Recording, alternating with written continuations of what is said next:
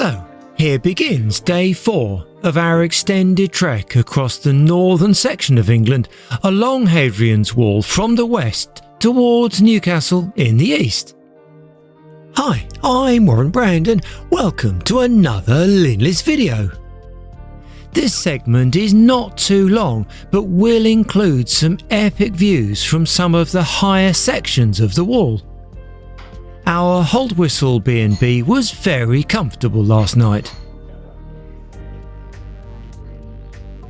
Before we rejoined the wall trail, Kit and I popped into town and explored the railway station and some of the old bridges across the South Tyne River.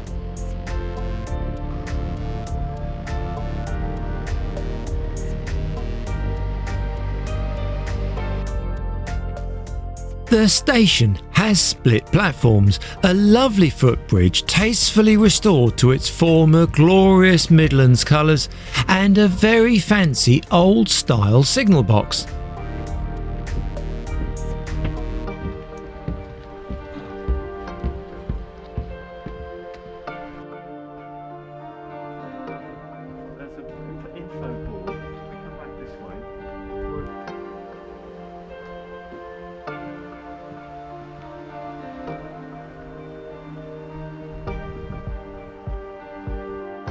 Near the station is the old Bellister road bridge, built in 1969. It was used until the Haltwhistle bypass was constructed only a couple of decades later, and then it was converted into a footbridge.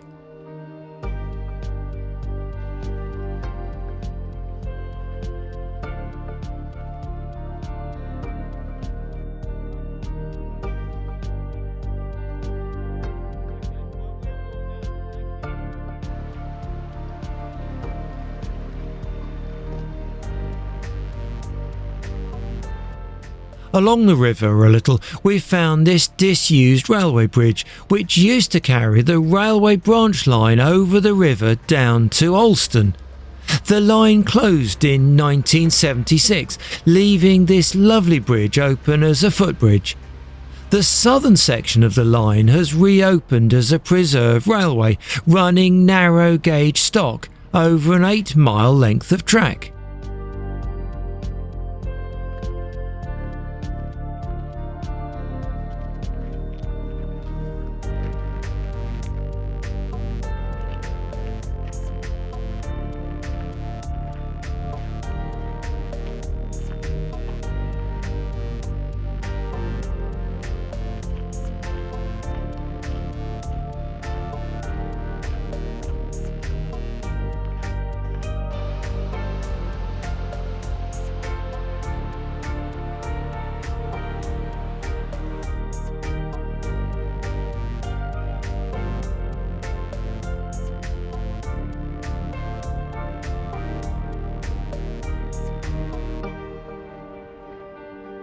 Back at the station, we had another quick look around before leaving Haltwhistle behind to rejoin Hadrian's Wall Trail.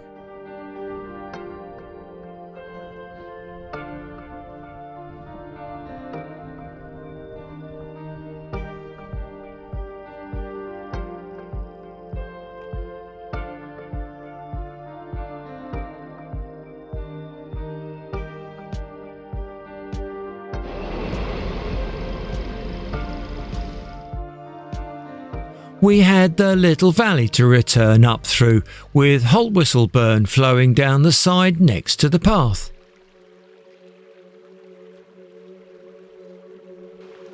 Haltwhistle burn.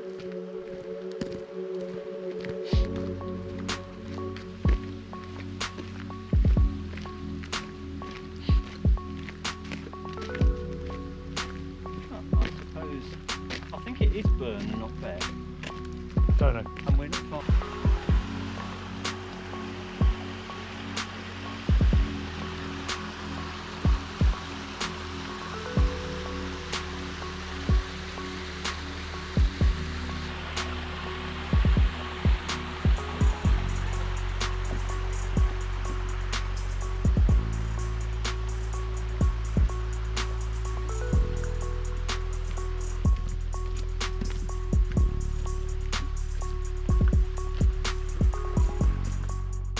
just by the military way, we had to pass through a kissing gate, but as you can see, I had a spot of trouble. There seems to be something wrong with the gate design here. I'm looking for a pained expression now. No chance. Right. There is no way through it. Well, okay. A person without a bag.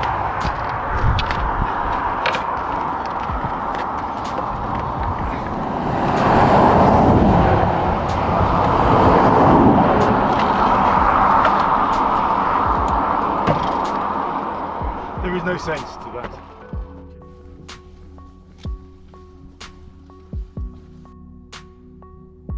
Just a short distance across some farmland, we were back on the wall trail at the same point where we left off yesterday afternoon.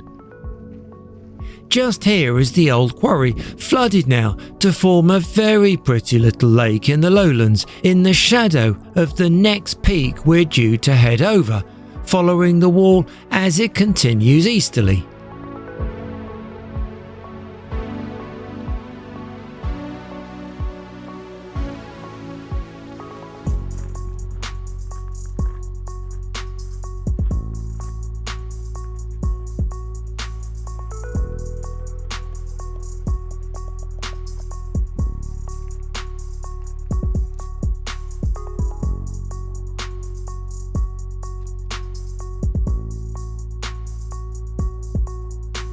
Caulfield's Mile Castle number 42 would have been a prominent building on the end of a craggy ridge right next to the gap in the hills now called Hole Gap.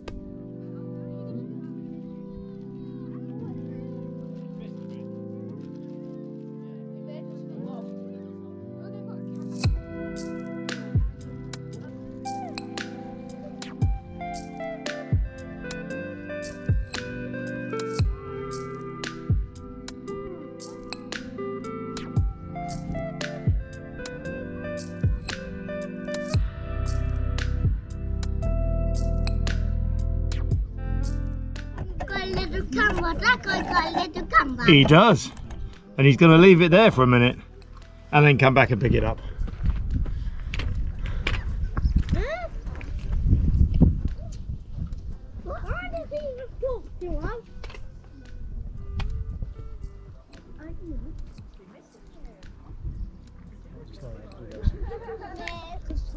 What's that?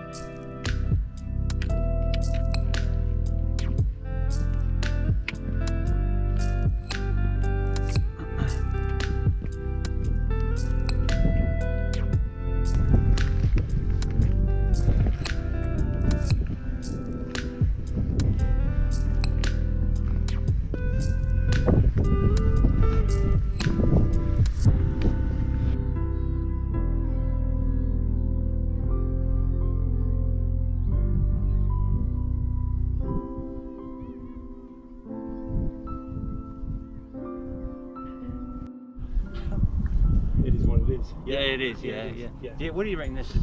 Roman wall. You think so? Yeah. Three that? course Roman wall. What's that doing here? Yeah. So we look around. Four.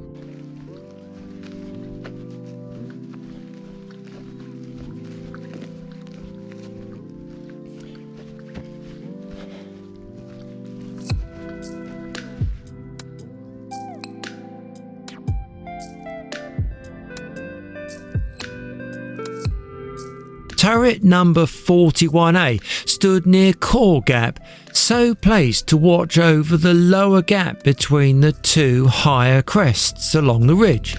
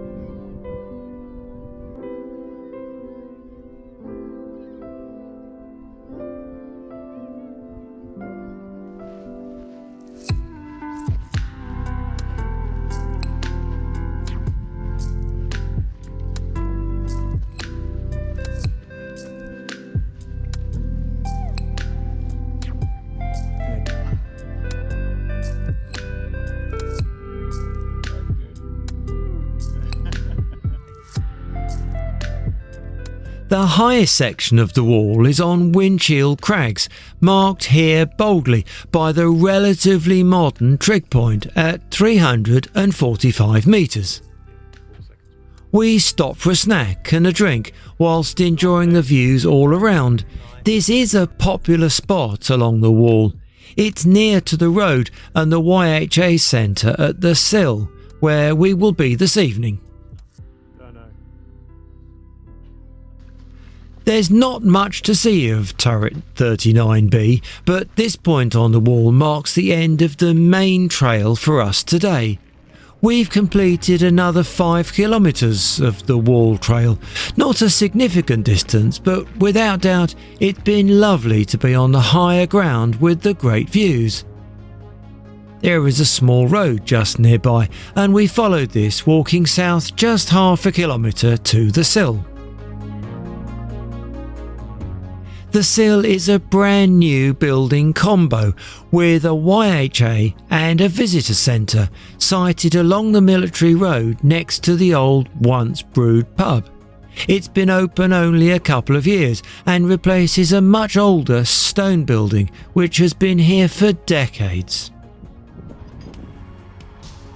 The design of the building is rather striking, I have to say. Modern, bright and fresh, lots of glass and angled lines. One mind would say how well it blends in with its surroundings, how green and eco-friendly it is. On the other hand though, it's hardly a traditional country design, so it sits in contrast to stone buildings, which would normally be found in this sort of setting. However, the interior is most welcoming, clean, tidy, organised and provides a very good standard of hostel accommodation. We've booked here for 2 nights.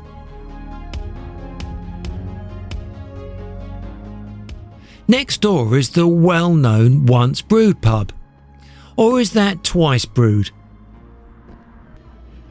I first visited here back in the early spring of 1984, and that's a long time ago. This evening, Kit and I enjoyed a pint in the bar before returning to the youth hostel for our evening meal. Please do take a moment to click that like button, and if you haven't subscribed, click on that too if you're interested in more videos like this. Thanks for watching and bye for now.